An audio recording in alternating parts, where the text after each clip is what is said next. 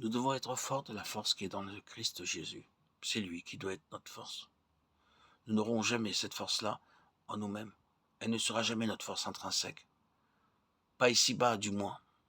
C'est sa force.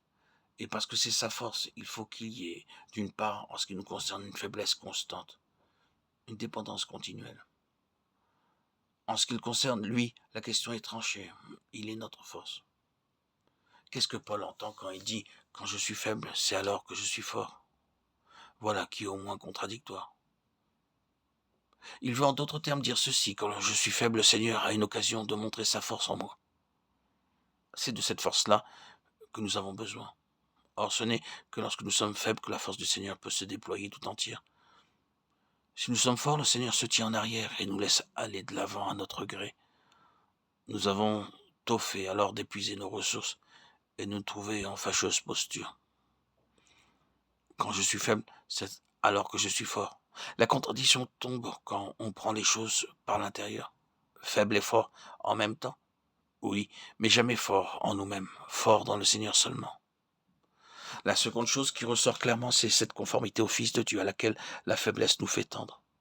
Cette conformité au Fils de Dieu ouvre devant nous toutes ces avenues et nous invite à atteindre par la foi, par la dépendance, par la faiblesse, lentement, oh combien lentement, cette position qui permet au Seigneur de se fier à nous, sachant que nous ne prendrons pas sa bénédiction, sa force, les fruits qu'il nous donne de porter pour les négocier à notre profit. Alors, nous commençons à être dignes de sa confiance, comme le Fils était digne de la confiance du Père, parce que devenu conforme à l'image du Fils. Dans la mesure où il est ainsi, il fait reposer sa puissance sur nous avec plus d'abondance. Ceux qui sont le plus conscients de leur propre faiblesse et par conséquent déploient le plus de foi pour avoir part à la force du Seigneur, ce sont ceux-là qui lui frayent la route pour permettre la manifestation la plus éclatante de sa force en eux. C'est si souvent notre propre force qui fait obstacle à la manifestation de la sienne.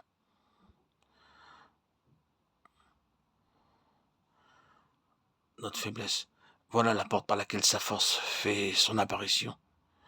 Ainsi l'apôtre peut-il avec raison se glorifier de ses faiblesses pour que la puissance de Christ repose sur lui, vienne résider en lui. La croix de Jésus-Christ a une portée qui dépasse de beaucoup tout ce que nous en avons découvert jusqu'ici et tout ce que nous pourrons jamais nous représenter.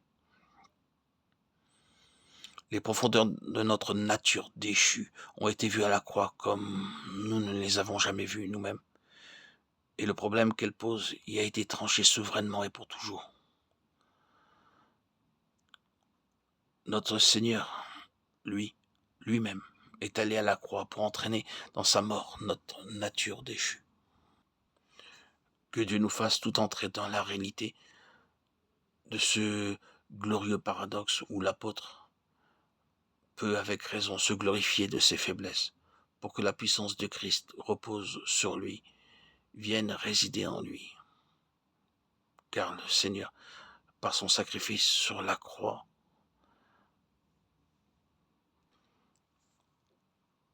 a anéanti notre nature déchue.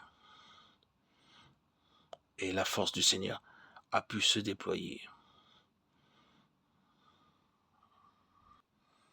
dans toute sa gloire, dans toute sa puissance, dans l'homme nouveau, sa nouvelle création.